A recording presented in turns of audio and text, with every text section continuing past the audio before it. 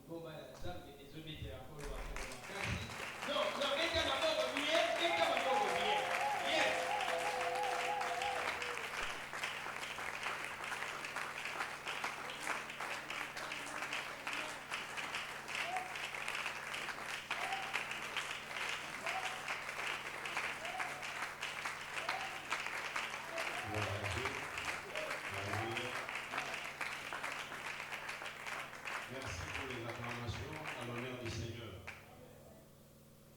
Les chanteurs sont partis, ils m'ont rappelé quelque chose ici avec le Seigneur.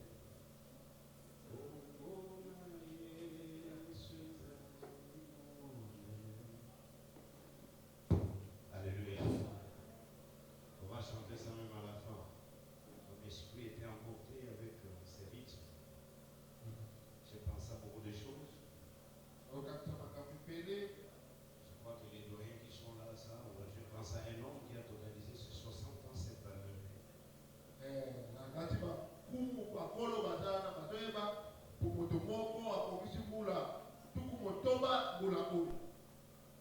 Il est venu pour cette chanson.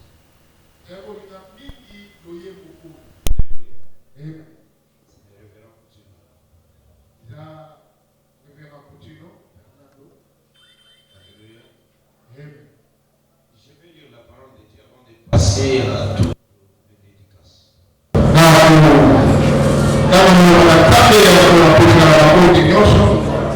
Je suis dans 2 Samuel chapitre 7, verset 1er.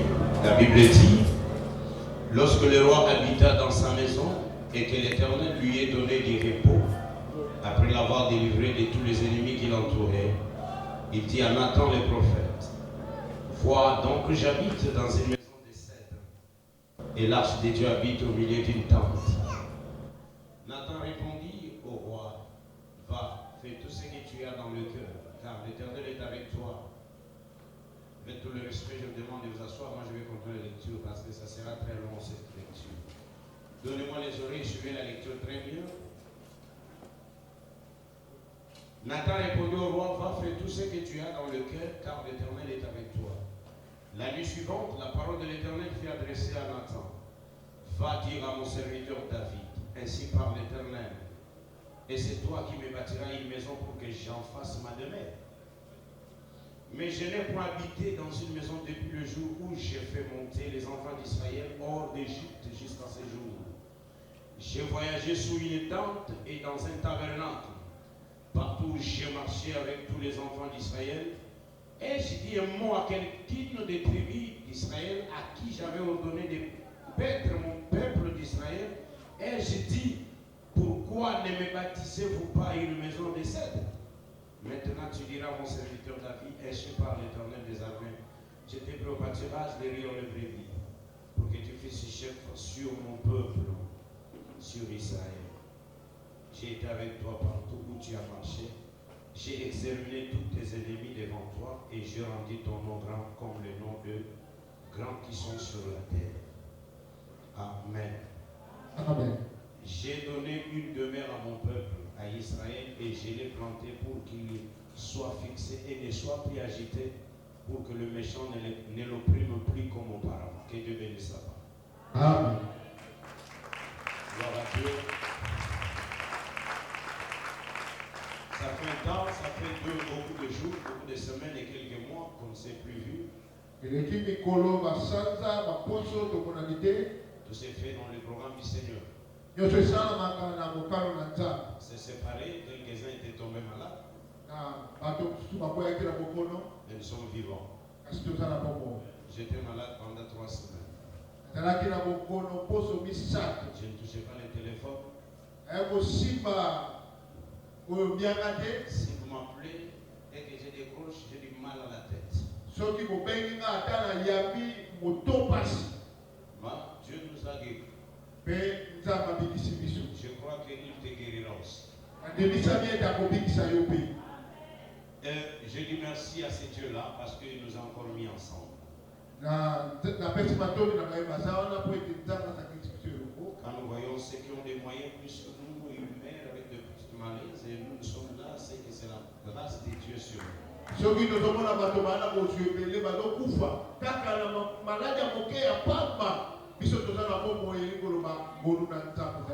Je suis reconnaissant et je dis merci à l'apôtre Ngoï Pekka Benjamin.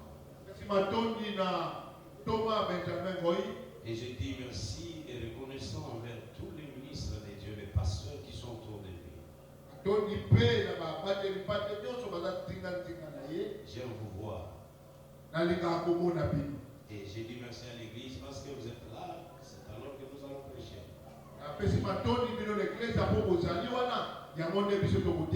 Nous parlons d'un thème important. Le temps de bâtir le temple est venu.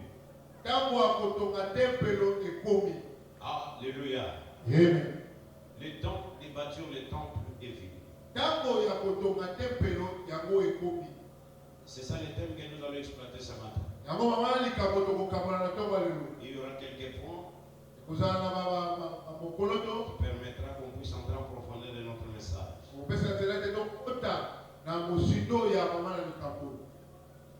Il était un jour le deuxième roi d'Israël qui s'appelait David.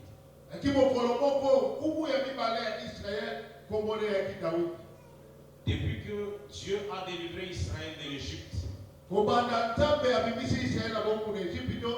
jusqu'à arriver au Canaan, aucun juge, aucun souverain sacrificateur, et le premier roi qui était Saoul, personne n'a songé à bâtir un temple pour lui. Or, Dieu, sa présence était dans l'arche. Et l'arche de l'alliance était la présence de Dieu. C'est pour cela les Israélites avaient l'habitude, quand il y avait la guerre entre eux et d'autres personnes, si la guerre devient grave, ils apportaient l'arche dans le champ de bataille. Ils apportaient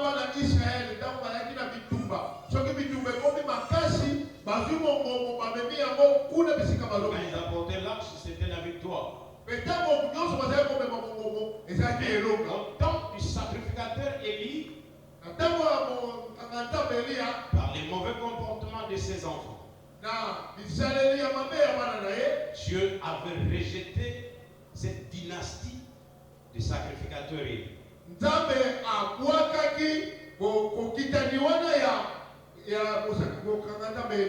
Un bon jour, il y avait la guerre entre eux et les Philistins. Les deux fils d'Élie, Ophni et Phiné, étaient morts dans la guerre. Et l'ange de Dieu était emporté par les Philistins. Cela veut dire que les Philistins ont pris les dieux d'Israël en otage. Ils sont partis avec les dieux d'Israël. C'était un deuil national.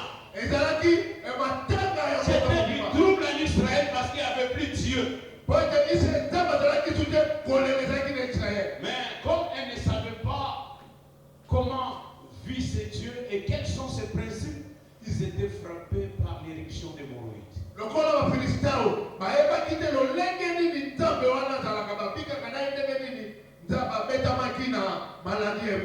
Ils ont retourné Dieu en Israël.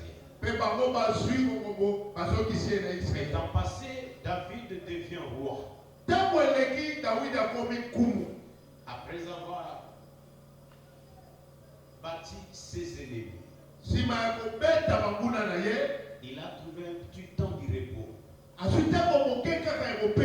Il dit à son cœur, je dois construire pour mon Dieu un temple. Je ne peux pas dormir dans la maison de cèdre. Je ne peux pas dormir dans une belle maison aussi longtemps que l'as de mon Dieu habite au milieu d'une tente.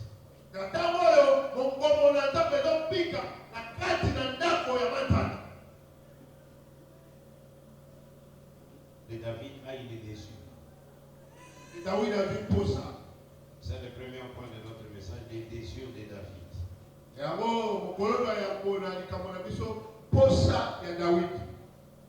Il a eu le désir de construire la maison de Dieu. Son désir était bien. Son désir c'était très bien. Mais Dieu n'était pas d'accord. Parce que David était un sanguinaire. David avait beaucoup tué. Et Dieu lui dit, Nathan va lui dire, ce n'est pas lui qui va construire les temples. Dis-lui, j'ai choisi quelqu'un parmi ses descendants, parmi ses enfants. L'un d'eux va construire les temples pour lui. Mais ce que j'aime de David, il avait réuni toutes les conditions. Il avait réuni tout ce qui pouvait aider à la construction du temple. Il a laissé pour que quand son fils viendra, il puisse bâtir la maison pour le Seigneur. J'ai dit, ce sera lui qui bâtira une maison à mon nom et j'affermirai pour toujours le trône de son royaume.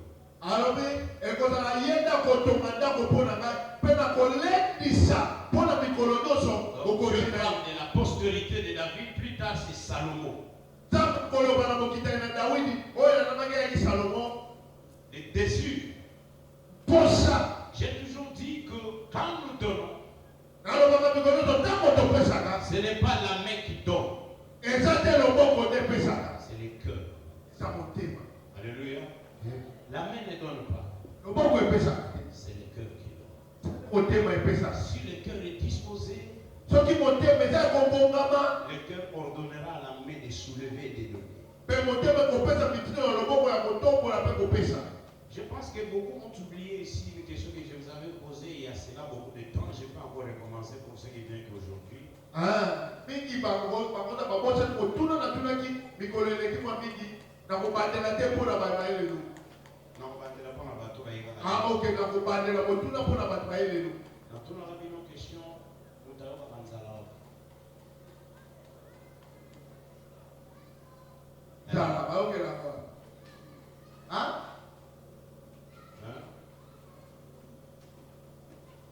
Wapi? Li? Na nzoto na yo ndemo za kubanga makolo kino na mutu. Parti ne wabanza. Ibumwa. Ninga na bumu. Makolo be wabanza. Yes. Makolo soki ulinza lele bio kama. Bio lubili. Na boy pena makolo te zape na ni. Za ilo mo wabanza na mutu. Ah? Mutu be ta balo so wabanza na pesa na baso do wabanza mutu eno bete. Mutu so loga donc fier. Ce qu'on a appelé sur les réponses. Et là, on va dans la vie, on a un autre peu à nous. Ça va m'attendre. Est-ce que vous êtes d'accord avec moi? Qui sont pour moi? C'est le monde qui nous a pour d'âge. Si vous avez pour moi, Dieu vous échoue. Dieu vous a pour moi, pour ici. Qui sont pour moi, Mathieu de battre? Qui sont contre moi? Manifestez. Retenons aujourd'hui que ce n'est pas les ventres qui ont faim, ce sont les oreilles.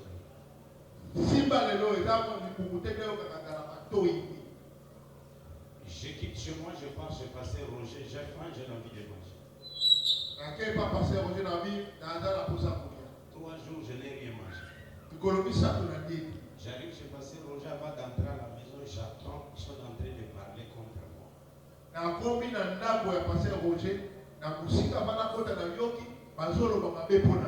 Aïe, il parle qui?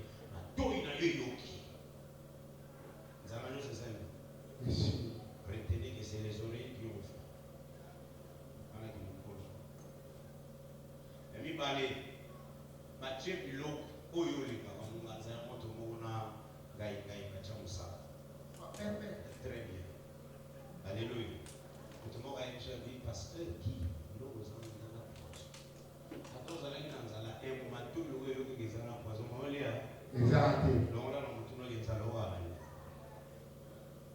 Alléluia. Le ventre n'a rien à voir avec la faim. Parce que si vous m'informez que cette nourriture est empoisonnée, je préfère faire une semaine sans manger. Est-ce que tu as compris? Est-ce que tu as compris? C'est pour cela, deuxième chose, je dis que ce n'est pas la main qui donne, ce qui donne, c'est le cœur. Le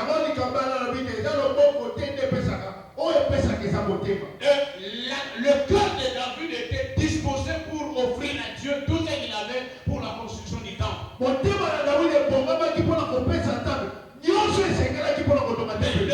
David était rempli de sang.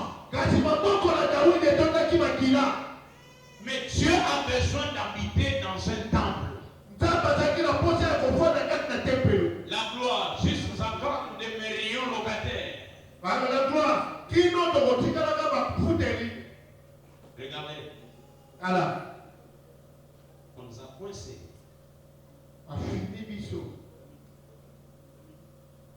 Ce n'était pas comme ça. Il y avait 100 coudées entre vous et les sacrificateurs. Aujourd'hui, il y a 2 coudées ou 3.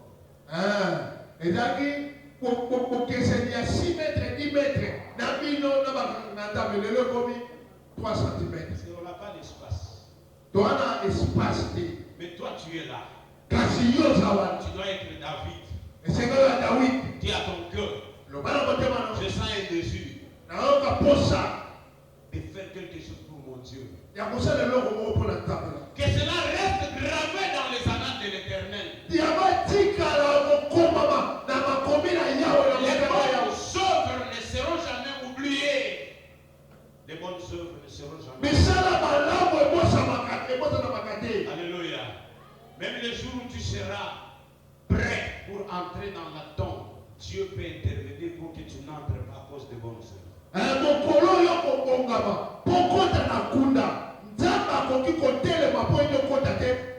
avons un grand défi que nous tous nous devrons nous mettre ensemble pour relever ces défis. Alléluia. Et David est mort. Il n'a pas construit les temples. Et Et son fils Salomon devient roi. Pe mwana ne Salomon komi kumu. La première des choses, Kabola yango. il dit, je vais construire la maison que mon Dieu avait préparée pour l'Éternel. Alobi na kotonga ndako o papa mokiseki biloko mpona ntango. Alléluia. Amen. Et qu'est-ce qui va se passer? Nini ekoleka? Le roi Salomon était jeune. Kumu Salomon azalaki elenge. Il va chercher les relations de son père. Ake koluka barelation bato tata azalaki na bango barelation. Quelqu'un veut dire Amen. Amen. Hiram donna à Salomon des bois de cèdre et des bois de cyprès autant qu'il en voulut. Je suis dans 1 Roi chapitre 5 verset 1 jusqu'au verset 26. Vous pouvez écrire dans vos cahiers. Or ce roi était le roi des Tyr. Il n'était pas israélite, mais il avait de bonnes relations avec David. Azalaki moto na Israël était, azalaki na boyokani malamu na David. Deuxième chose, sur la construction, sur la charte du parcelle de l'église, nous devrons chercher la main d'association.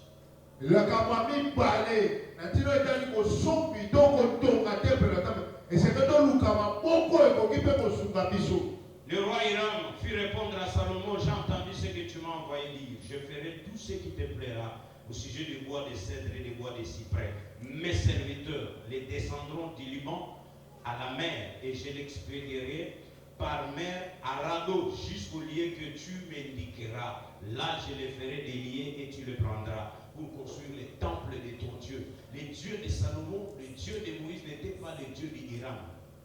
Qu'est-ce que je vais dire par là? Toi seul, tu ne sauras pas. Peut-être la parcelle coûtera 100 000 $. Ah, nous sommes très peu nombreux. Mais on peut associer d'autres personnes. Nous avons des connaissances. Nous avons des amis. Nous avons des frères. Nous avons des sœurs qui ont l'argent, qui ont des biens, qui peuvent soutenir l'œuvre de Dieu. Cherchez-les. Donnez-les les faire part. Parce que la Bible dit l'argent des païens c'est pour nous. Je vous donne un verset. Ecclésiaste chapitre 2 verset 26. Ecclésiaste 2 26. Chapitre 2. Ecclésiaste 2 verset 26. C'est là où la Bible dit, car il donne à l'homme qui lui est agréable la sagesse, la science et la joie. Je reprends. Il donne à l'homme qui lui est agréable la sagesse, la science et la joie.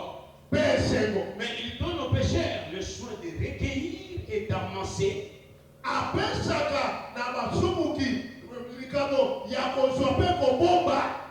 de donner à celui qui est agréable à Dieu. Alléluia. Amen. Donc cela veut dire que nous avons l'autorité sur les biens des païens. C'est pour cela. Tu dois chercher ton Hiram. Tu lui diras, dans notre église, nous cherchons l'argent pour acheter la parcelle. Je sais que tu as l'argent. Prends cette enveloppe. Mets l'argent à l'intérieur. On donnera à Dieu. Et Dieu pensera à toi. J'étais quelque part. C'est dans la communauté de CBFC, l'église de Christ. Alléluia. J'ai prêché. Et l'église, la communauté avait besoin d'argent. Pendant qu'on demandait l'argent, une maman, une vieille maman, la maman doit avoir dans les 80 ans.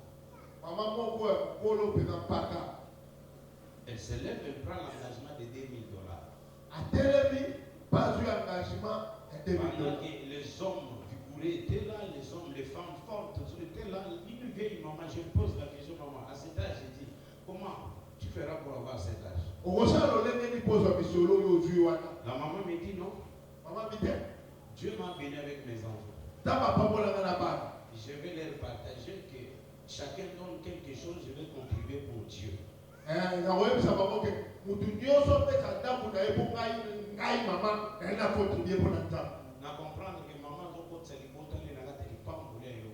Amen. Alléluia.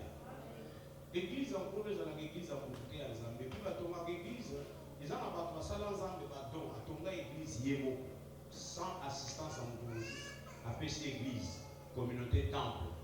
Mais en réalité, ce qu'on a vu, le monde a l'église, ils ont la check 1, check 3, check 4, check 5, briques, qui tout ça, c'est pour tomber église. Yes. Alléluia. Amen. J'ai rencontré une maman Chikapa. Fréquenté Chikapa dans les années 90, 1980, 90 peuvent connaître cette dame. Elle s'appelait Choka. Il avait aussi son hôtel qui faisait rage à l'époque. Malgré, elle était péchère comme toute autre personne. Elle était fidèle des Nzambe malades. La maman donnait ses dîmes. Elle dit non, on n'a pas un bon temple ici. Je dois construire les temples pour le Seigneur. Il a acheté le terrain au niveau des centres. Donc, fille, elle elle s'est construit un temple pour l'Éternel. Il a fini les travaux.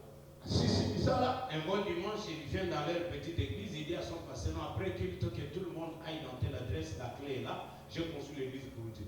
Alors, si ma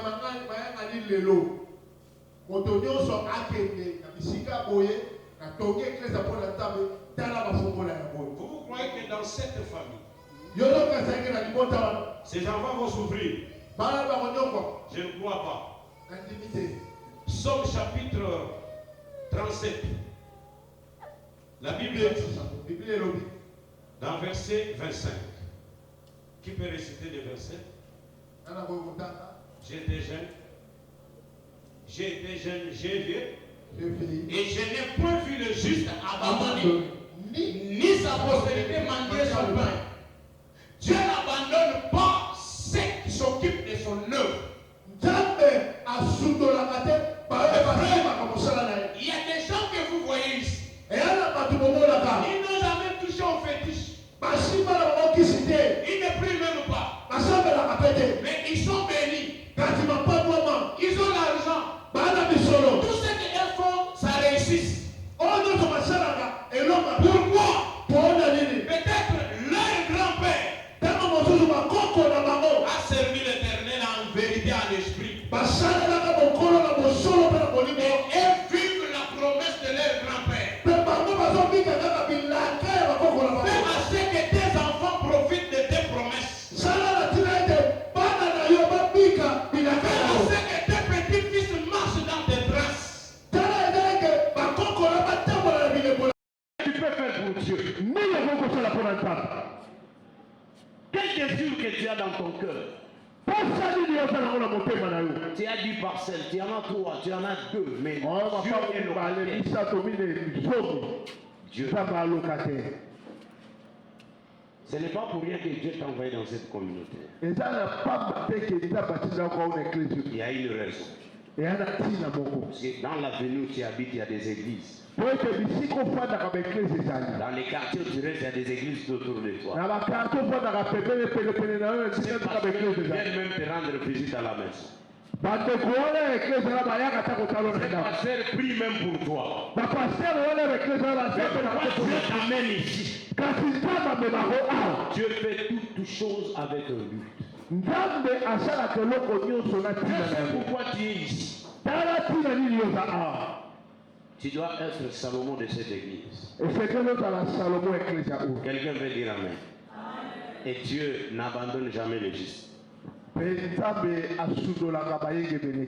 Il nous faut chercher d'autres personnes pour nous soutenir. Prenez les faire part, donnant à nos amis, à nos frères, à nos connaissances. À nos faire part à ta fête, à ta 50, peut-être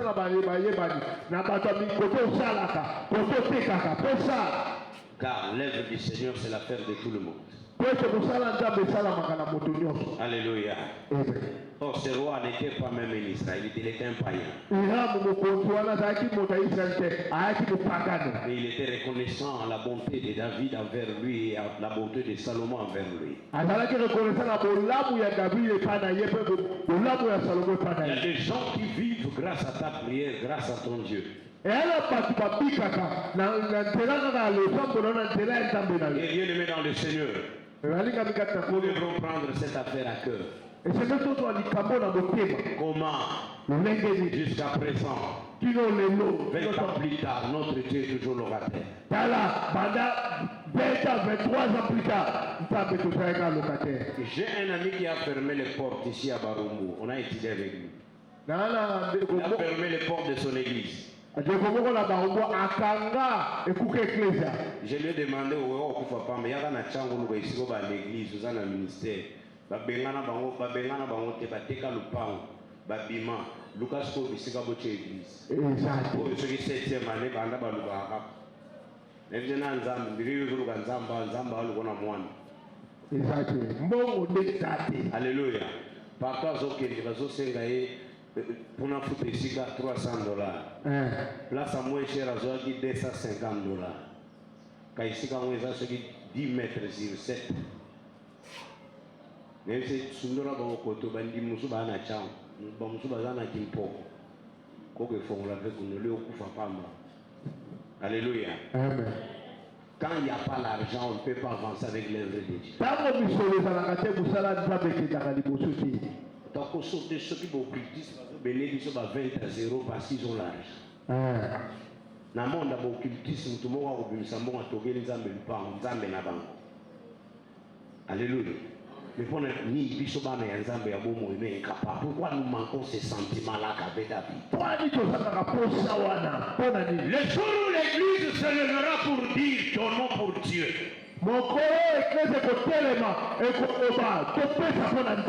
Pas toi. Vends même tout ce que tu as. Même les biens qui sont dans ta maison. Tu as en vente. Tout le monde a mis dans la maison. La Sainte le dit Amen. Même si nous que nous avons un mouvement. Papa Moko, église, le bois payé comme il peut mettre l'église et quoi. Papa n'a somba ka bakiti na ye na Dubaï na valeur $12,000. Bakiti. A fouta avion douane ya randa. Vous avez trafiqué à diamant. Moi, je suis appel de pour te somber dans un même temps. Papa n'a dit, n'a bon, tu m'as quitté dans les valeur. Ils ont battu le propos, à la sombre et mon aboya. Église Bozoa. Moi, je suis ici, à la vie, mon thème. Fierté n'a dit fierté n'a eu l'église en béni. Alléluia. Amen, amen. Amen. Teka ba bijou no nyos mon lelo ba bijou sila pena valeur na yebi na ba 1997 ba appel de phonios de voir ça na l'église il a fait ça bijou fait ça lelo na sera bijou bon va fantaisie ba bijou mo bon na ndaki mo la kama na salle de fête so mta sa ko na salle de fête na bimisa la ko so la ton libanda bayo ba bimisa lo li chef ba bio mo ko pesa ba to boto li yo mo no salini au pays. Alors maman vient dire mon thème. Mon bel là lui je m'en fous. Bagay aux hommes qui t'en va quitter guerre comme passer la vie on a zoré que nanda on a pas ensemble avec photo tête. Ben au bien on a passé. Voilà besoin $20,000 au somba le pas. Mon tapé si ba qui pour les gars somba ka 12,000 au te on a ba 8,000 7,000. Pourquoi moi ouais les gars nanda on a até et si ma tête au te ka. Frère mon va zaïgo na za osala na tourage ya gouverneur ngo Kassan. Habiter passer na au somba ngo. Na pesa dino 5,000 nga habiter sous la 6,500. Bateka bakiti 6,500. Papa wana tika la vite. Nanda kuna. Après un temps, Il n'avait plus l'argent. Ce qui lui était resté de valeur, c'était le meuble. Un bon matin, il se réveille, il voit les gens assis dans sa parcelle dehors. Et ce frère-là venait d'où? De Kabinda. Il y avait les diamants. Ils ont travaillé quelque part, ils ont attrapé une pierre. Dieu les a donné l'adresse de ses papas. Il dit allez-y à Moujima, telle commune, telle adresse. Il y a mon fils là-bas, vendez-lui ces diamants. Quand ils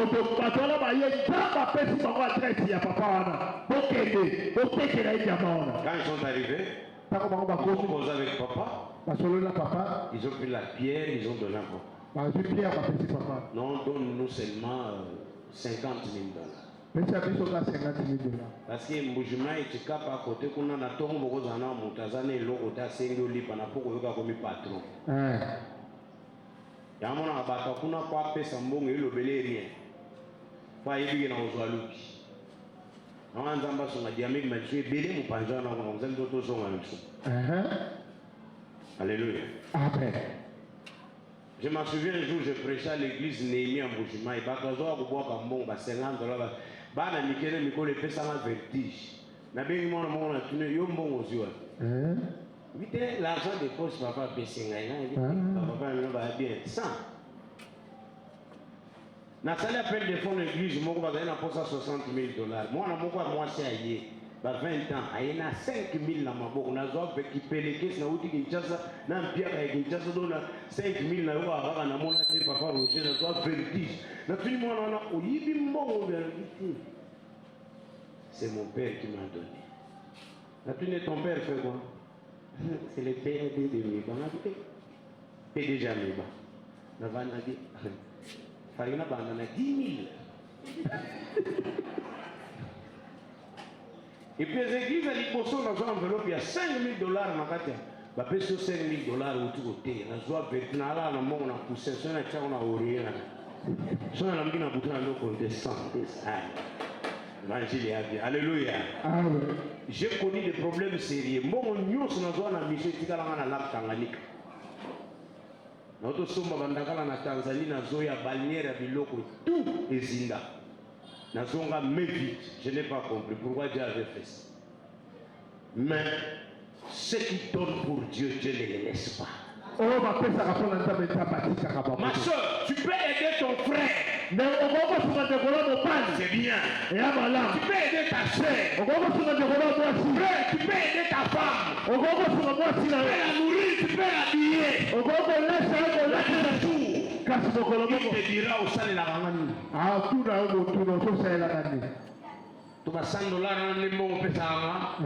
L'ingratitude dans le cœur de l'homme. Dieu n'est pas ingrat. Dieu reconnaît ton $100. Dieu reconnaît ton $1000. Dieu reconnaît le peu que tu le donnes. Tu peux me donner moi. Mais les jours où tu ne vas pas me donner, je dirai le roi. Mais pas Dieu. Alléluia. Amen. Que chacun prenne conscience. Ah, toujours qu'il y a une guerre, il y a un constant qui est en train de na bengi ba passer mitano na tongo na tuna bango boni ay papa na rolata musabia ba musulman ya noir na matamangi ngi sukuani aussi le na mutu nabi à combattre l'église, tu as besoin de nous à la nonne. Vous allez les canards. Puis plus tard, ils ont commencé aux à la pasteur l'église, aux à la diplôme et théologie. C'est la décision de la donc, on va faire une formation bien avant. Parce que là, dans le musée, là-bas, papier. Nous sommes dans le truc, on va bavir les autres dans le monde de l'église. Mais Dieu sera avec eux. Abanda na baba abanda côté mususu église ya kubanda na 2026 pour ceux qui ta okama wa facha ibisi na longo le ministre comme ça tu attaquer les fachi passer na biko banga note to sa marche na bandi ngabi papa ozo yo c'est que yo na document muto na document pour aboyi na ba F nonande awa arrêter misérable là na bata masimana bino ponga na F nonande na mala lezi Ah ouais, Marcel, trouble dans le monde va passer. Si vous avez un contrôle, vous avez dit l'église, parce que la loi l'était à l'église fait dans la distance à 100 mètres. Si vous avez un contrôle que vous avez l'église 7 000, 20 mètres, 30 mètres, vous avez un contrôle le pas, vous avez un année. Locataire, allez, parfait.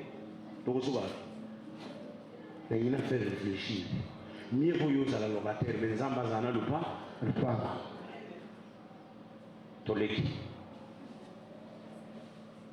Deuxième point, l'amour pour la maison de Dieu. 1 Chronique 29. 1 Chronique chapitre 29, verset 3. Amen. Amen. De plus, dans mon attachement pour la maison de mon Dieu, de plus, dans mon attachement pour la maison de mon Dieu, je donne à la maison de mon Dieu l'or et l'argent que je possède en propre. Outre tout ce que j'ai préparé pour la maison du sanctuaire. Verset 4, 3000 talents d'or. D'or d'Ophir et 7000 talents d'argent épuré. À revêtir les parois des bâtiments. Regarde les choses que ce roi donne pour la construction de la maison de l'Éternel. Ça c'est Salomon qui donne ses richesses pour qu'on construise. Mais nous, on n'est pas encore à l'époque de la construction, on est à l'époque de l'achat. Pour l'amour que j'ai de la maison de Dieu, je vais donner tout pour qu'on construise. Il est dit dans Malachie chapitre 3. Mettez-moi en sorte à l'épreuve si je n'ouvre pas pour vous les donner.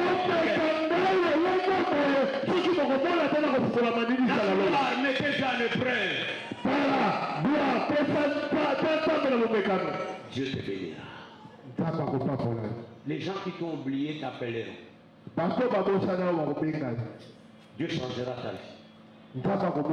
Ça fait plus ou moins 2 ans que nous parlons de ces messages. Et tu vois ça? 2023 et 2024, c'est 2 ans. Qu'est-ce que ça veut dire? Alléluia. Ça fait plus ou moins 2 ans que nous prêchons ce message. Nous préparons le peuple de Dieu à faire quelque chose de bien pour leur père.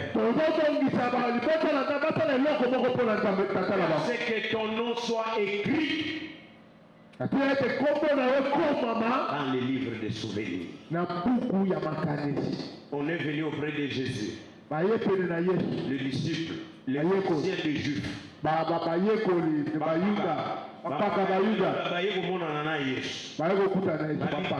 Seigneur, nous sommes venus pour que tu puisses guérir les serviteurs de cet homme. Je crois que Jésus leur avait posé la question, pourquoi vous m'obligez à faire du bien à cet homme? Histoire de centenier. Jésus dit, les anciens disent à Jésus, cet homme aime notre nation. C'est lui qui a construit notre synagogue. Là où tu pars prêcher chaque matin. C'est Luc chapitre 7, verset 1, 202. Un centenier avait un serviteur auquel il était très attaché et qui s'est trouvé malade sur le point de mourir. Ayant entendu parler de Jésus, il envoya quelques anciens des Juifs pour le prier de venir guérir son serviteur. Ils arrivèrent auprès de Jésus et lui adressèrent des instances supplications, disant il mérite que tu lui accordes cela, car il aime notre nation et c'est lui qui a bâti notre synagogue. Quel témoignage! Parce que les Juifs étaient opprimés par les Romains. Les Romains pouvaient tuer les Juifs, personne ne pouvait les juger. Mais cet capitaine a aimé les Juifs. Kasi moto capitaine de la Robo alingaki Il ne voulait pas qu'on touche au juif. alingaki tete basi na Il baile les protégeait. anakobatela bango Et les anciens disent à Jésus, mpe bapakabi na yesu comme aime notre nation, moto alingaka ekolo na biso ça veut dire qu'il nous protège. elingo babatelaka Il biso ne fait pas notre malheur. ye alingaka babatelaka biso Deuxième chose, likambo celui bibale qui a construit la synagogue, ye nde atonaki tempelo il mérite que tu guérisses son serviteur. aza perite otikisa mosanda ye. Je crois que je vous ai dit ici que les œuvres, il y a des moments où les œuvres parlent plus que la prière et la foi. oyebi ye na batango oyo misala elobaka koleka kondima na losapo. Amen. Amen. Qui a la foi? Nani ana kondima? Qui a la foi? Nani ana kondima? J'ai besoin de voir les gens qui manifestent leur main que moi j'ai la foi. Na ana posaka mpona bato batombo lokoko bangana aza na kondima. Qui a la foi? Qui a la vie de prière ici? Nani ana bongo na losapo? Vie de prière, c'est une autre chose. Non, vie de prière, attention. Ce n'est pas détaillé, vie de prière dans mon monde qui prie. Nani asambela? Parce que vie de prière, c'est quelqu'un qui a l'horaire, qui le respecte. Après, il se réveille jusqu'à 6h, 12h, il est là. Il a sa mode de vie. Mais prier, tout le monde peut prier. La mougina yo beti bora 5 minutes, Seigneur, merci. Wa foi pour tataleza. Comme si on a tongo na bonne journée dans ma boucle. Mote tout mon projet diable au nom de Jésus. Amen. Amen. On va prier aux gens vie de prière. Vie de prière de l'homme. On t'aura gêné de vie de prière. Maintenant, tout le monde qui prie. Nani asambela? Je pense que tout le monde. Kasi moto nyonso. Maintenant, je pose la question. Na otuna siko moto. Tu as la foi. Wana kondima. Parce que tes 5 sens fonctionnent, n'est-ce pas? Oyo basekisasa oyo fonctionne. Tu pries parce que tes 5 sens fonctionnent. ozosambela mpo basansi nyonso ozobesala. Soki okufi totyo na cercueil awa foi na yo ekei Ah. priere nango esali nini ekei eloko ekokodefendre komi likambo ya misala na yo. Tabitha n'avait plus besoin de prier parce qu'elle était déjà morte. Tabitha alaki na posa losambo te mpo ye asa akufaki. Hosanna, alléluia. Il a parlé les ombres de Tabitha crient. esengelaki misala ya Tabitha ekanga. Et ces œuvres ont crié. mpo misala na ekangaki. Les disciples ont allé chercher Pierre. Pierre est à Joppé. bayoteli bazongoluka petelo batofoneki na Jope. On est allé chercher Pierre. bazongoluka Pierre. Quand Pierre est venu, ntango petelo ye toutes les veuves sont sorties avec les habits à main. bamama nyonso bakufula mbele babimi na bilamba na maboko. Regarde, petelo tala ça c'est grâce à cette femme. tala bilamba Tabitha apesa biso. Sans Tabitha, moi je ne pouvais pas vivre ici cette déchet. soki Tabitha te nga na se atombola molubu. petelo Prie à ton Dieu sambela nzambe na yo. qu'il récupère même maman Marguerite. azwa ata mama Marguerite me Il te rentre. mais azongisela biso mama Tabitha. Parce que dans ta famille, les gens parlent de toi. est-ce que na libota na bino bato baloba na ntina na Est-ce que quand tu tomberas malade, les gens peuvent rester chez toi pendant une semaine attendre? mokolo yokobela est-ce que bato bakoya kofandela ata une semaine bazelaka ti obika. J'ai un papa à l'église. papa moko na eglise C'est mon bras droit. ye aza bradroit na ngai loboko na nga mobali Il travaille à l'Esnain. asalaka na sinere Quand le papa a bela lokolo. A bela lokolo. ka lokolo Baza batete là. Baza soki 12, soki moke 15, je crois. Na bayane nyonso babibo bavandaka na masina njili batika bandako na bango baya kovandele wana. Moto na moto aye na paster na ye na baprofete na ye. soki bavin baye na vin paster sangisa na baprofete na kati. nayoki na ndako eza ya koyinda balangi ya misingadi mwana yebisinga papa wa malo aye na bapaster niki nga nga bo basilisa nga so nga kolo likambo nde na kosukisa na so baprofesi ebimi bato baza kaka wana moto azobelama azolesa bato mwana na biso akokufa te jamais malamu nga nakufa ya tika sika nazwa leson bi moto malamu nzonga nde bato balingaka ye bato badefendaka ye soki okabaka te mokolo kobela d'abord yo bato so baye pano transport opesaka bango te sikoy ozobela moto akomitelo ye na lobako akende tokabola biloko nde na ti très bien yaya azobela na ya jebi azobenda tosala okufa mais moto asalaka misala ya malamu C'est quand il parle, il y a qui ça, on a dit, bon, t'as des témoignages, n'a pas d'un casse bat, nous sommes retournés. Attends, on va aller dans la famille, les autres sacs, ceux qui nous ont parlé, on fait ça. Va prophétie bima. Bon, dans ma famille, on va attendre, on y est bien, on a quatre. Na suika wana ya adika. Pasero ya bondeli, ya bondeli, tangana ina bon. Ba prophétie me bima ngecha trouble abi, j'annule toutes les prophéties tant qu'elles sont passées et je ne permets plus à quelqu'un de prophétiser. À Kobik au nom de Jésus, un point de vue. Et puis qui vous a autorisé pour contre ça, oui, bon, la salle la wilité, la salle la maïté. Je crois seulement que Jésus guérit par la foi. Pour derrière, bah oui, les bébés arrangent sous bah oui, wilité, ils ont bah oui, et où tu quelque part. Tu écoutes l'histoire à Kobik. Tellement que ça l'a dit, belé na ba prophète abal ba yagina starté, Zambé ouais on m'a mutabika. Mais le secret de Magie Place est ça la somme. Et na tout ni bande qu'on a pour na ni boyo ko vendre là, mais grand frère na no kuna so ba beli bokenda ka wana ça. Ça ko fo. Akabarati. Moi c'est mon thème maman. Ata beaucoup vendre banda tongo tipo bolé lo. Mais tala mami kutazo qui pété yo wana so l'homme aime là où mange. Pour vivre à Moutounsamba, Salango base à Moutounsala Foufou. Bible, le bonheur de l'homme, c'est à manger et à boire. Et satisfaire son âme. Il y a un message, un pointeur. Nasuko Tunanga, satisfaire son âme veut dire quoi? Oui, une offrande de l'expliquer. T'expliques à Roba tout. So, âme non, c'est plus ça, on a dit. Merci, alléluia. Qu'est-ce que tu fais? Et maintenant dans l'église? Quand l'église apprendra que pasteur tel est malade. La place Bambi va rebondir, le va vendre pendant le samedi. Parce que tes œuvres crient maintenant. Mon diminant, mon dimanche, la vie, na mariage, na veste, na l'attaque, papa, na wana, na somba. Na olala, na je vais dormir, ta père, on a beaucoup. L'église va rouler. So yo misali no sala dans l'église.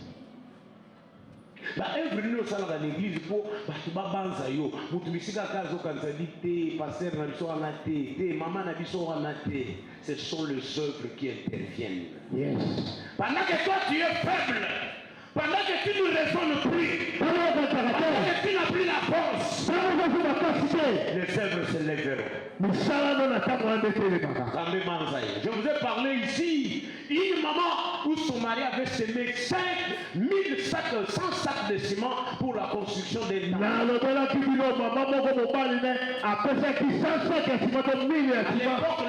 les sacs de ciment, c'est 50 $. C'est 5 000 $. Quelqu'un peut dire amen. La maman, son mari a donné 100 sacs de ciment. Que Dieu vous bénisse. Vous connaissez mon principe, non? Venez à moi, vous tous qui avez de là. Allez chez Dieu, vous tous qui avez des problèmes. Bon, on a la solution, on fait ça. C'est qui qui a la solution? Matthieu 11, 28. Vraiment, vous tous qui êtes de voir. Et Matthieu 10, 40 à 42, celui qui donne un verre d'eau à mon serviteur recevra la bénédiction de. Donc quand vous venez chez moi, vous donnez. Venez avec de l'eau, avec un verre d'eau. Maintenant, auprès des allez avec vos problèmes. Oh. Ils sont même Mikumba et Batogo ou Kufa l'âge. Donc on va passer un souba nouna. Vous l'avez dit Mikumba Chanza, vous avez passé Nanzela. Maman wana pona ni. Nami lo bela Nanzela pona magolo yo sanza mo ko mi lo bela. Maman wana, maman so bela kaka yo za docteur. Alléluia. Amen. Église au côté le mangenge, tokota le langate ko ko kufate. Quoi de ça là? Maman nana so bela ote maman Jean. What ni otozomona clarté. Ba pasteur oto ya ba oto yebi pe misala na oto ko kota dossier na l'église na biso. Ressemble la Obika, les bonnes œuvres, et tes enfants ne souffriront pas. Exode 35, verset 4 à 5. La Bible dit, Dieu dit à Moïse, Dieu aux enfants d'Israël, chacun prépare une offrande pour la construction du tabernacle. C'est ce que j'ai aimé de Dieu. J'ai dit, alléluia. Amen. Cherche les hommes et les femmes qui ont le cœur disposé.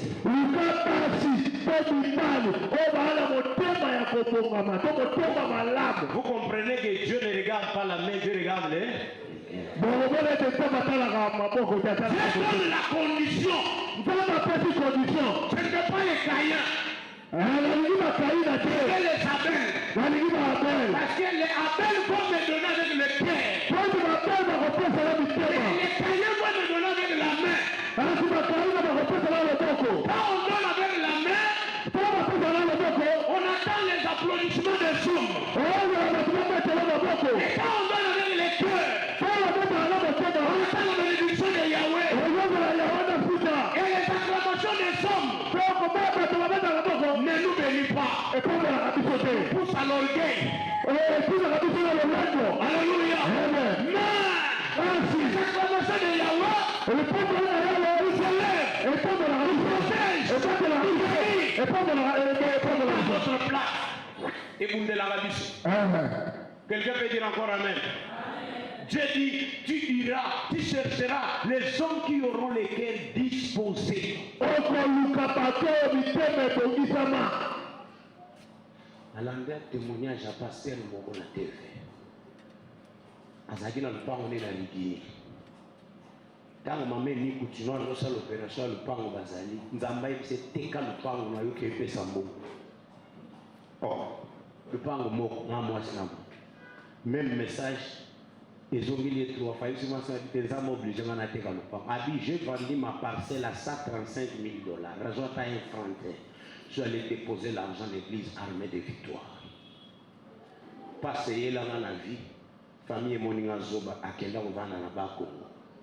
À Salavoy. Dieu qui ordonne de donner, mais Dieu a permettre de souffrir. Zambala mystique. À Salana bas Congo 4 ans.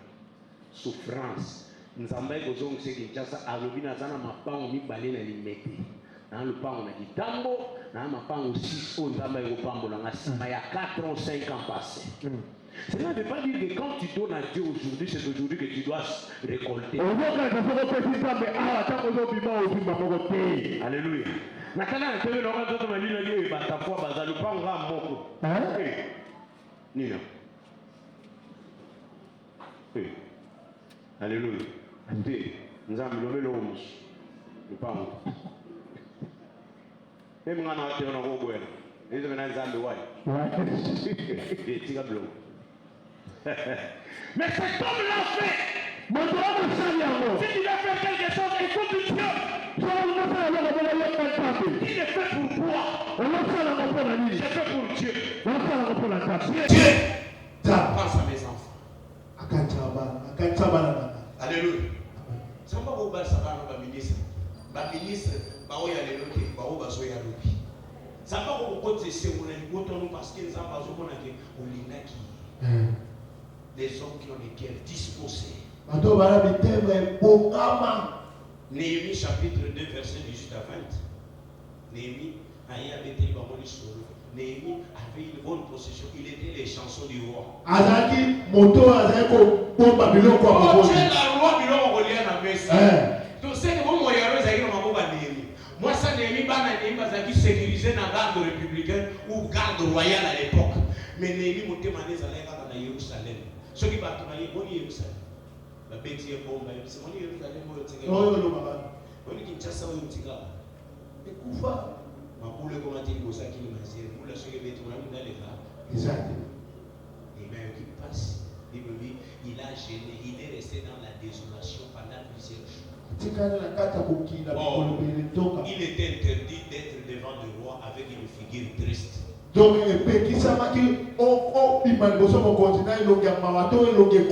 alléluia.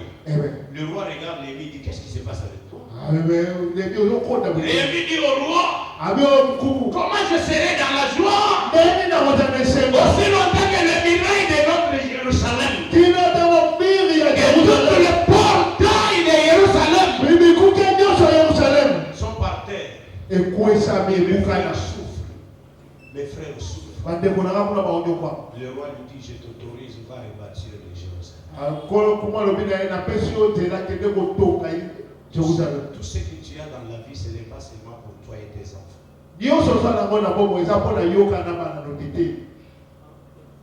Un jour, on demandait l'argent à l'église.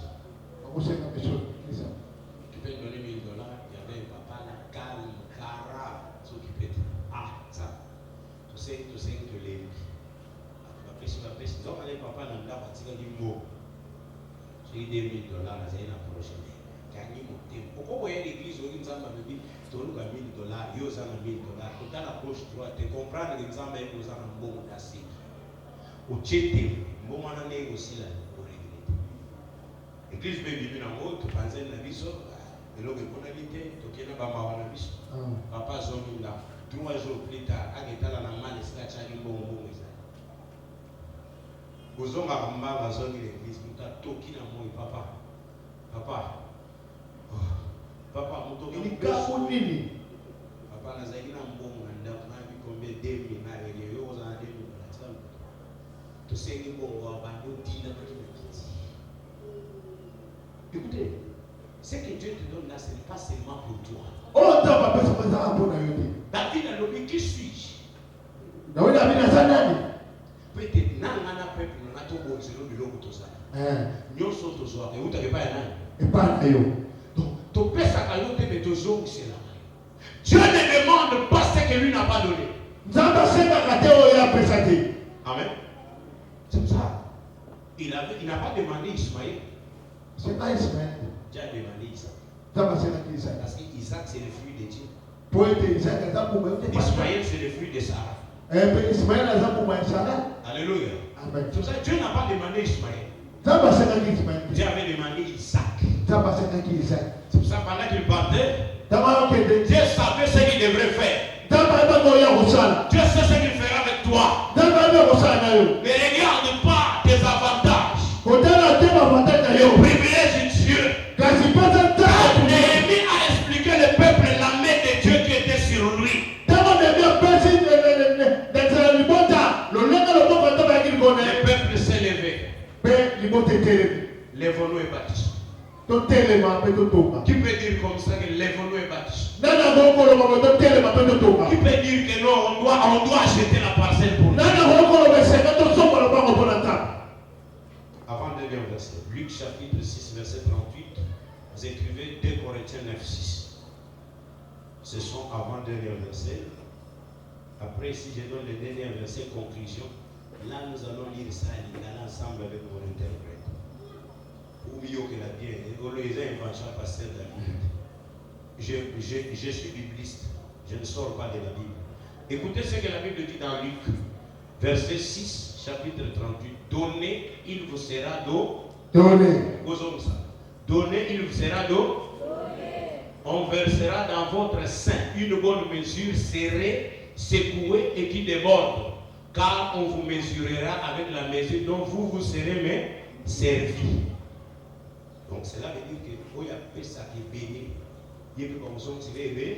Il y a déjà $50,000, $100,000 pour le sommet. Il y a $20, sans que les voisins mettent. Il y a ça passer non. Mais il y a un voisin qui va dire que vous faut payer ça $5,000. Dans la yéyé, c'est mon niveau. Il faut payer ça $5,000. Surtout yo. Ils sont là-bas. Pour profiter de. Mais papa dit, ça me le fait ça. Surtout si tu as 50 balles. Au nom de Jésus. Et quand on va ça ne pas faire. Et c'est qu'il veut bien mettre l'association. Cherche des frères qui ont l'argent. Quand ta prière, soit va faire là. Nakabolo va faire part qu'on a ton manga dans l'église. La personne frère moi va faire part. Frère Nakabolo va faire part. On va tâter. Nous allons ça dans mon ami. Frère Melala. Frère Zambo avec la 500. Frère. Donc la frère son TV va tout faire. Frère, il va faire part. Papa va sauver sa tête. Absolument dans la salle de prier. Ma passer dans ma sécurité. Ma moment ça va faire part. Ma matin à ça on a été caché dans ce que dans mon moi dans tout ça. prière, prière, n'a pas pena kana. Frère qui va émisser vous savez ici. Il y a ici souvent maman moko, maman papa ça va na soza muyibi. Quand vous allez faire part de ce que vous avez ministre, tu le $20,000. Au fond, de 2 heures, on va passer faire part de ce qui est. Le verra le bien Salomon, tu as aidé à l'Iram, mais l'association Iram, on a fait ça qui va nous aider pour être dans le temple de Hazard. Et hier, moi, ça n'a pas or, n'a pas argent, mais à ce qui met l'association Liban. C'est pour cela, frère, on doit se mettre ensemble. Nous pourrons, l'église, nous battons à prier. Cacao, tu es dimanche, prier, le signe, 1 heure à prier pour ne pas faire pas. Nous tournons sur un peu de fatigué, nous pouvons ça. C'est vieux, tu as besoin de pain. Avant tout, nous le pain, ça, nous y a 500, nous même c'est 500. Pour ça, nous sommes tout tombés même mal. Alléluia. Papa, il y a un passé, on va regarder la film, on va question, pour ça les amis. Papa, depuis la matin, on a sauté dans le pain, on ne va pas sauter dans le pain. Mon côté, on va poser l'église. Maman dit, vous avez l'église, on a vu l'autre. Vous avez en tout cas, vous avez mystique. On est dans les vrais qui ont un cahier qui finit la vie sur tout. Amour, il faut soit nous pour ça et le Alléluia. Amen, amen. D'ailleurs, on dit, mettez. Tant que vous savez l'opération, on a un Zambie, on peut un Zambie, on peut un Zombo. Et yo, wana yango na poto, yebise vie na tinde lo faire pas. Tinde na Zambie, bon poto so na Zambie pas. Ou pas. Au moins l'église a passé sur. Yana musulman on va faire ça comme bon bébé. Passer sur la zoté en français na TV musulman zo ba on qui arabe. Ayana bon va faire ça. Va faire ça pour aider ça.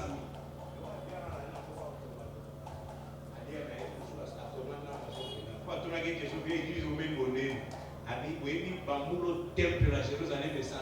Il y a tant de Salomon, il y a tant de Hérode, mais il y a 46 ans.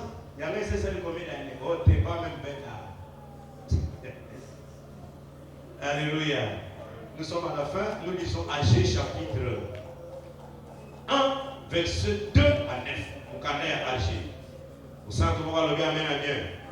Mettez-la dans un magogo. Vous prenez un langage. Agé.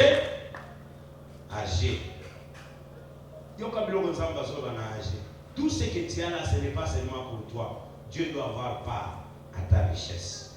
Amen. Agé, chapitre 1, verset 2. La Bible dit Yahweh, Yanguyanyo Salobiboy. Bato ya ekolo oyo balobite ntango ya kotonga lisusu ndaku ya Yahweh ekoki nanu te. Kasi yawa lobi na bango boye na monoko ya prophète Agé. Bino bozali komona malamu ndenge bozali kofana na bandako ya kitoko penza. Zoka nde ndako na ngai ezali kaka ya kobeba. Utonga lobela amen. Bino bofani na bandako ya kitoko penda kanzambe za ya kobeba. Dans le esprit à texte, je vais lire seulement l'écriture. Parce que l'esprit à texte, c'est la prédication de Jésus. Alléluia. Nous avons la texte sur ton esprit. Mais alors, on entend blanc et ensemble. Dieu dit kasi yawa lobi na bango boye na monoko ya prophète Agé ndako ya Nzambe ekoki ngonga ya kotonga ndako ya Nzambe ekoki nanu te. Bino bozali komona malamu ndenge bozali kofanda na bandako ya kitoko pesa zoka ndako ya ngai ezali kaka ya kobeba sika oyo ngai yawe na nguya nyonso nazali koloba na bino bokanisa malamu makambo oyo ezali kokwela bino bobanza malamu makambo ezokwela bino bozali kokoma mingi bozali kokona mingi vous semez beaucoup kasi bilanga na bino ezali kobota mingi. Alléluia.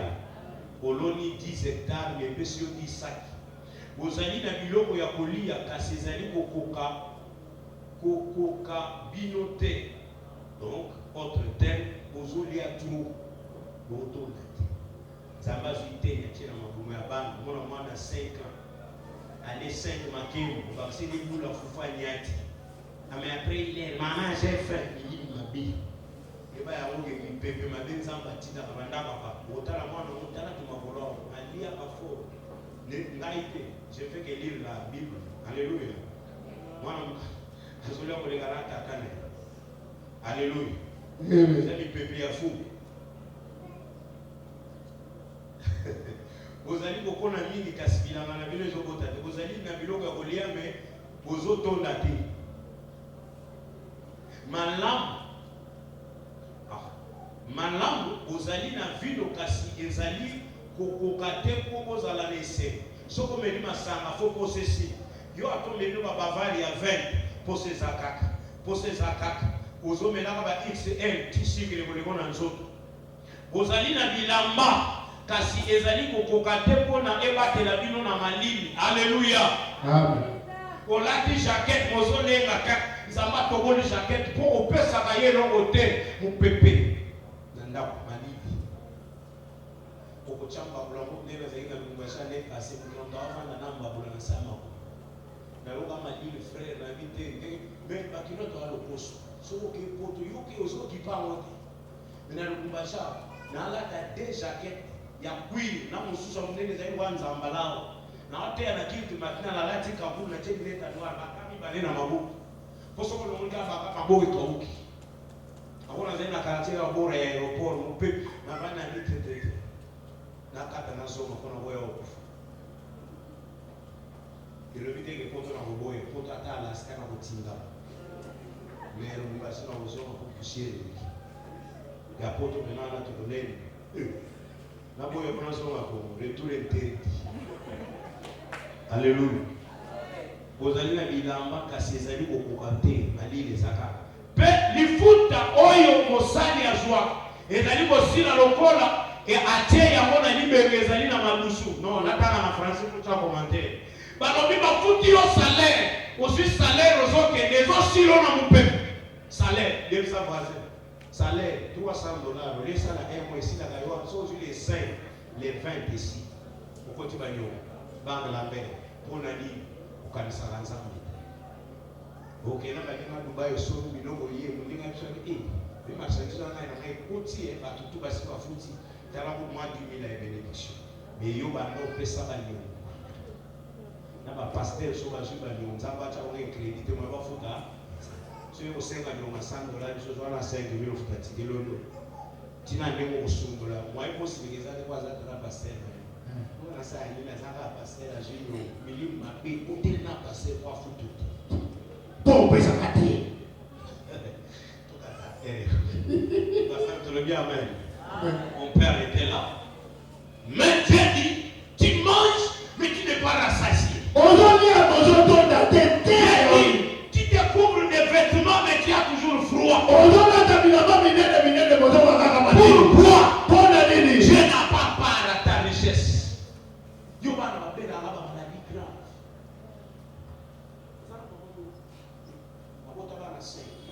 Moi, je suis SS. Maman a 5. Si vous avez la dépense, c'est pas moins de 200. Maman a l'air de nous envoyer, vous savez, nous allons offrir un peu ça, nous allons nous envoyer.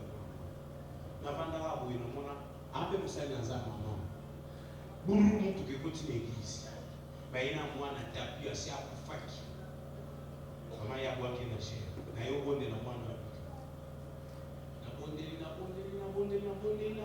depuis 11 h 14 h mwana suki très bien même si que les amba peso bakisi mama na peso franga akei ya monika papa mwa ya lobi tosana bakisi mwa ba americain zo bikisa bana SS mwana ba ngombe bakisi wana une semaine tozongi normal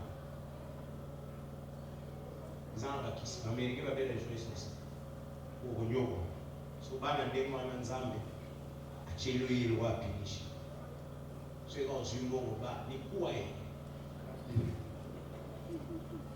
mama ici j'ai un bogue na kadembele bezo là-bas timbo no se sio pour je clôture avec des témoignages. Donc, tata moi sina. Zaina mwana moko megazati. Mwana na zaye kobera zaye ni suki ASS. Mais on a là on a mappé papa je suis pas fouti papa ni na RVA ba.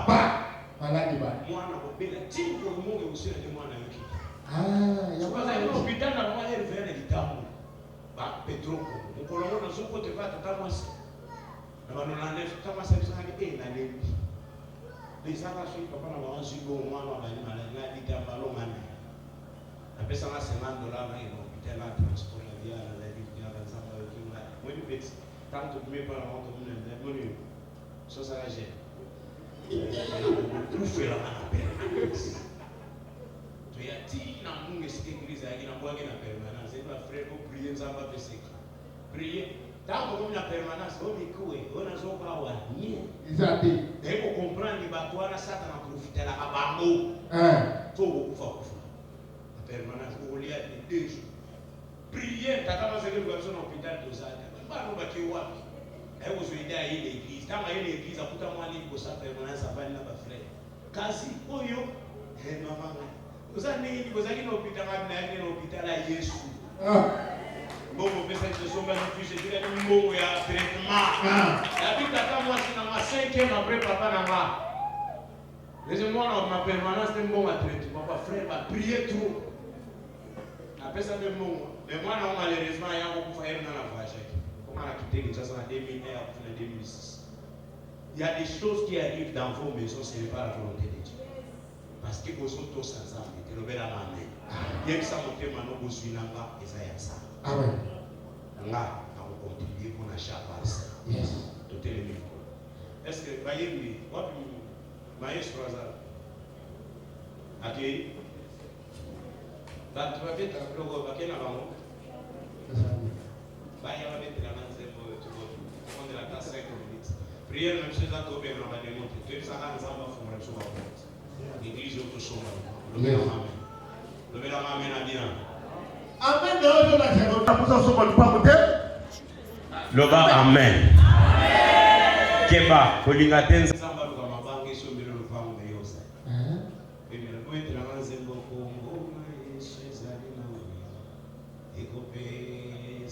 Na place à l'objet de Gauthier Copé Sambo.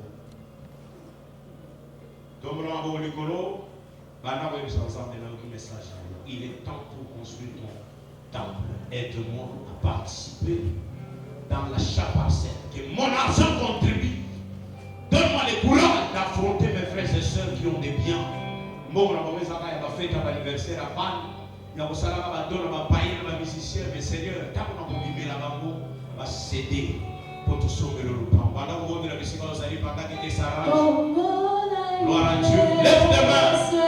Prie, demande à Dieu la capacité, la force. Hosanna.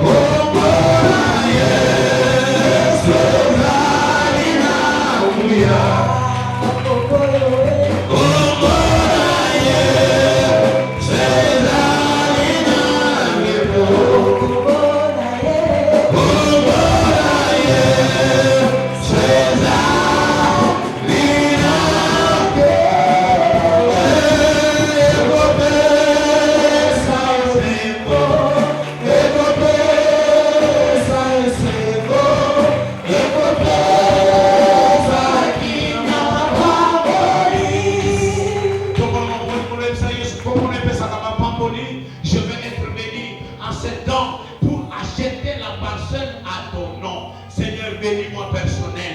Je veux que tu me bénis moi personnellement. Que moi David je sois béni. Que moi Roger je sois béni. Que moi Blaise que je sois béni. Que moi Maman Tel prie à ton nom. Dis à Dieu de te bénir afin que tu contribues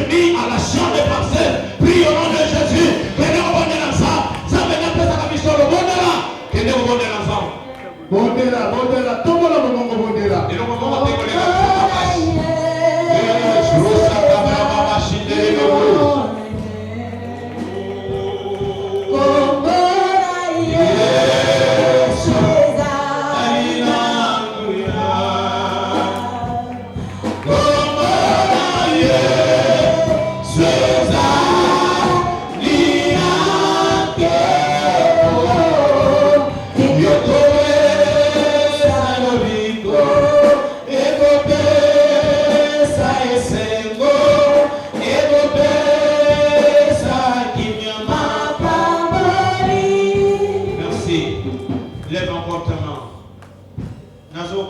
tu es trop froid.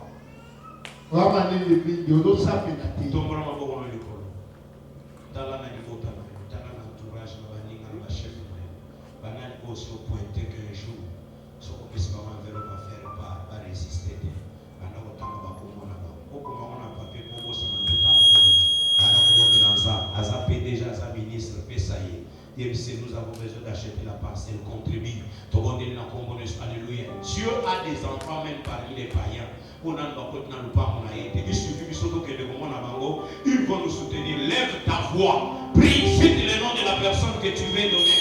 La faire par le jour dont l'église te donnera ses papiers. Prie au nom de Jésus. Alléluia.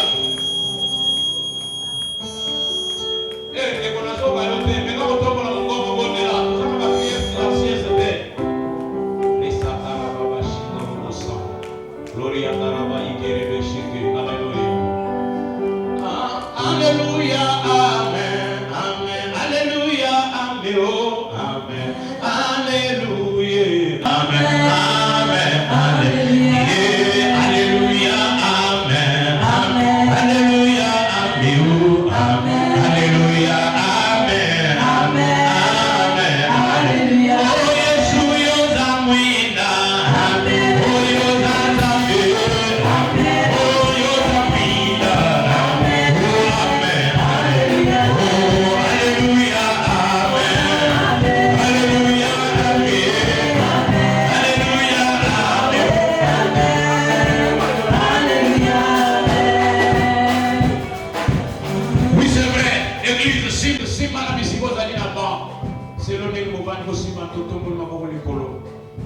Nous allons prier. Gloire à Dieu.